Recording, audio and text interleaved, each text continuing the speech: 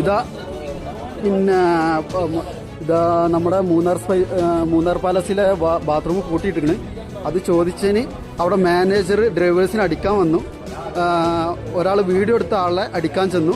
അവൻ പറഞ്ഞു ഇത് ചോദിക്കാൻ ചെന്നതിൽ അവർ പറഞ്ഞത് എന്താ വെച്ചാൽ എല്ലാ ബാത്റൂമും പൂട്ടിയിട്ട് അവർക്ക് ഒരു ബാത്റൂം കൊടുക്കണ്ടെന്നാ പറഞ്ഞത്. സെക്യൂരിറ്റി വന്നിരുന്നു. അവ സെക്യൂരിറ്റിയാണ് പിന്നെ എന്താണ് വലിയ പ്രശ്നമാക്കിയത്. ഒരു